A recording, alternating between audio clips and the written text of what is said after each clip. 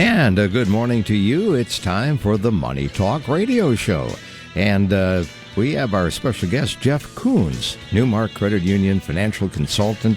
And Geoff, we welcome you here to WJOL. Thanks for being along with us.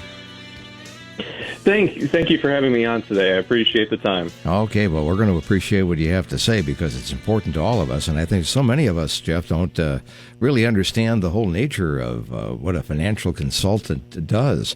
It sounds so simple, but there's really a lot to it. So first of all, your background here, Geoff, what is your background that brings you to NuMark?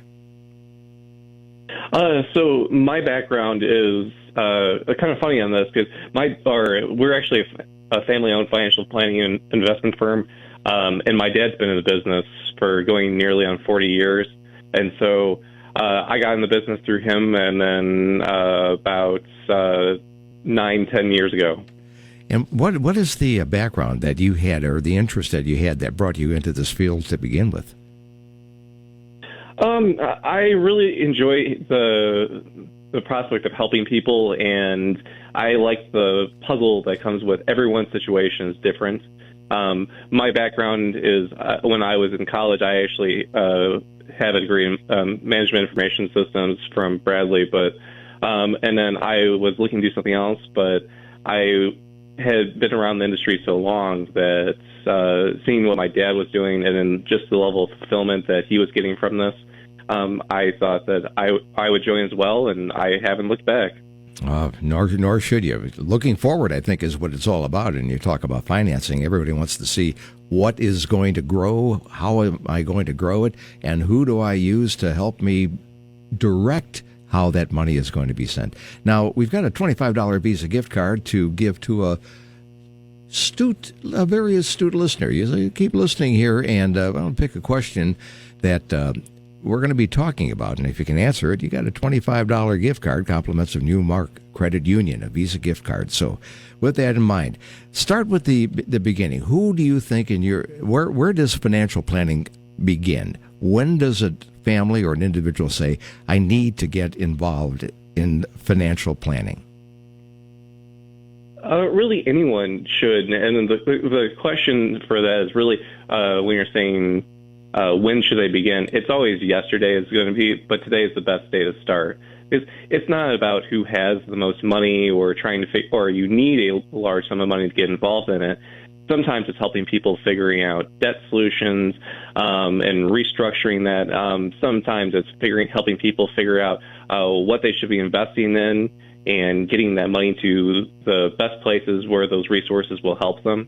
But that's it really depends on the family, or if it's a single person, a married couple, a newly married couple, or even people going into retirement.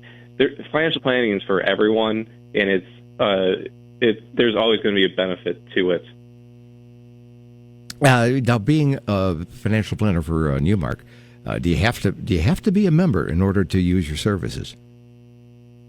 No, going along the lines of financial planning is for everyone. No, you do not have to be a member to go ahead and be a member to speak with us. And anything in our conversation, it can go from a lot of different directions. Any person will be able to come up and be able to talk with us. Anytime that you're in a meeting with us, we don't charge for meetings. So we're not looking at hourly or even just a flat rate for that. So no, anyone's able to speak with us. Okay. How much money do we need? I mean, I got $1,000. I got $2,000. How much do you need to even consider starting a financial plan? To start a financial plan with us, you don't need any dollars to start that. We've started with helping people just out of college and when they've had more debt than anything else, to people that have had more significant means. But the dollar amount is irrelevant. It's more of a willingness to have change disciplines that you have and make it so that you're able to start helping yourself going into the future. Because financial planning, some things that we will be able to do that can help immediately, but a lot of it is incremental change. And though, or with any incremental change, it takes time, and you're looking at a scale that might be a few months to many years. And with all things in financial planning, there's going to be some that you could start now, some that will be in a couple of years, and some that might be farther down the line. When you take a look at the stock market, which is really what we're talking about, putting your money in some kind of a plan that might be considered volatile to a lot of people. So, Geoff, based on what happened yesterday in the stock market, it might be something that makes people a little leery to get involved, saying, we took a big hit yesterday, so I'm not going to get involved. What do you say to a person who has trepidations about putting their money in the stock market? I would be saying that there's a lot of different vehicles out there that aren't just attached to the market, and there's a lot of different ways to wealth. We could put someone into something that's in the market, but it's going to be degrees of safety and really of what the person feels comfortable, but at the same time, what the math and the plan is dictating that we need to do to grow the money. And I would honestly say the math is going to be more important than the risk, or the person's fear of the market. But there's a lot of different ways to get to that point. We could go with savings accounts or CDs. We could look at insurance products where there's underlying safety guarantees.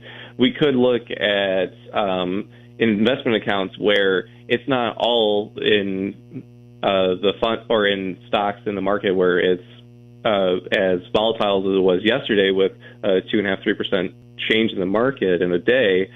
But we can build a portfolio that meets really the risk tolerance of what people are talking to us about and meets their comfort level. But at the same time, we're going to be talking to them about how we could lower that risk and and still be growing the money for them going into the future. When you get involved with the financial plan, Geoff, you're not looking at putting everything you have into a financial plan. There's a certain amount of cash that an individual might need to have on hand. How do you factor that in? That's actually a really good question, and we use a financial planning portal that we put a lot of information into, and we're looking at whenever we talk to people about a plan, we ask them questions of, all right, what are you looking to do in the short and medium term in terms of maybe it's projects around the house, maybe they're putting a kid through school. And whatever those situations are, we're going to put appropriate amounts of money in local savings, so it's cash on hand, so that they're able to take care of those needs. And also at the same time, we always are a big proponent of people having emergency funds, and those emergency funds will fluctuate based off the income and the lifestyle that the people are living, and because everyone's used to a certain standard of living. And we want to make sure that people have money on hand so that there is you're comfortable knowing that you have that money. Two, if push comes to shove, you're able to get to it. But at the same time, we don't want to make it so that you're killing a fly with a tank and you have more money where it's in probably the lowest producing asset that you might have. Taking a look at the current state of the economy with inflation, what it is, many people are finding it very difficult to do anything fun, to put money aside for like a vacation.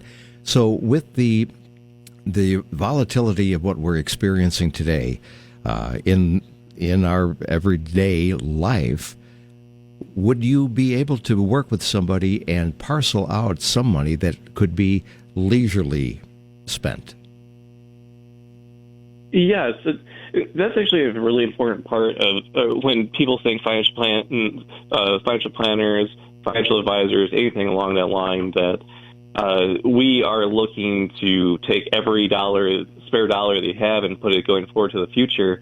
But you also remember that there's also the now, and it's an important thing that people are able to enjoy themselves and still be able to go out and do different things, because it's important to enjoy your life as you're going through it and not just say, I'm putting that all off for tomorrow.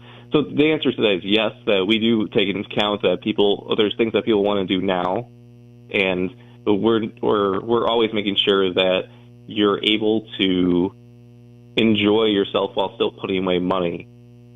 Yeah, that makes absolute sense. I'm talking with Geoff Coons, the financial consultant for NuMark Credit Union. And throughout the course of the show, if you are paying attention at the end of the show, I'm going to be asking a question about one of the things we talked about. And if you got it, you are going to get a $25 Visa gift card, compliments of NuMark Credit Union. We're going to take a little break right now, Geoff, and when we get back, we're going to continue talking about some ideas of how you can reduce debt in your life and maybe start getting ahead with a more vigorous financial plan. It's 9:17.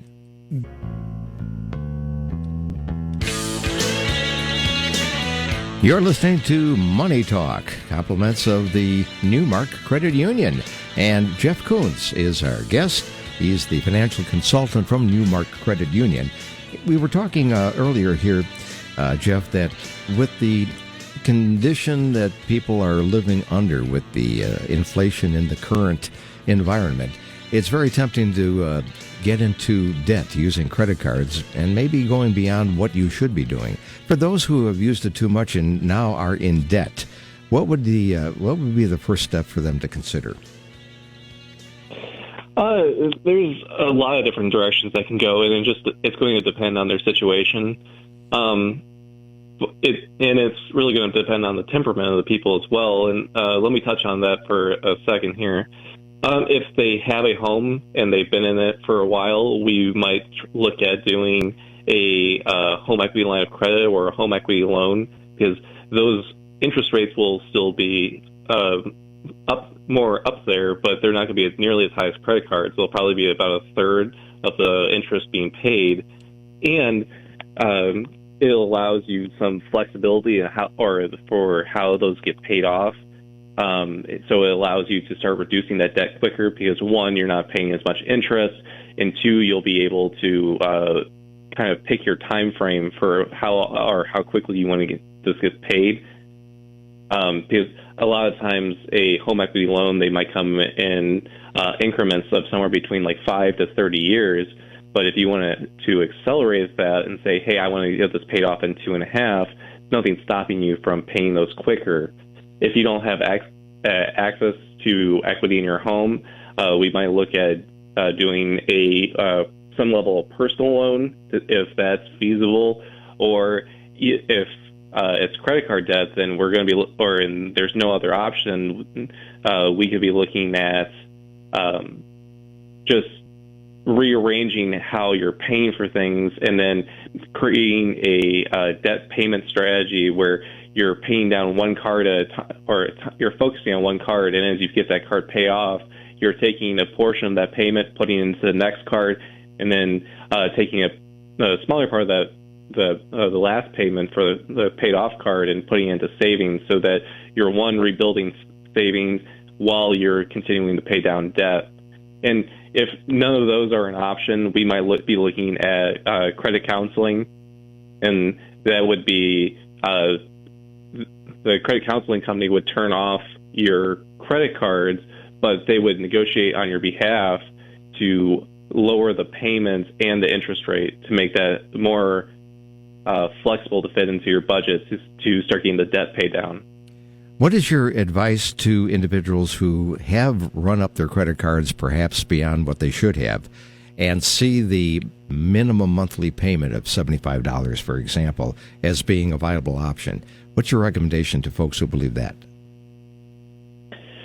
I would say that it would be a really good idea to start focusing on getting that down, because you'll see on credit card statements, if you pay just the minimum, sometimes those payments could go 3 to 10 years, depending on how those credit cards are set up, and that you'll be paying that principal many times over in interest. It's always a great idea to get rid of credit card debt because it is the least consumer-friendly debt out there. And you really don't want to play around with those interest rates and carry around balances because it can get very expensive.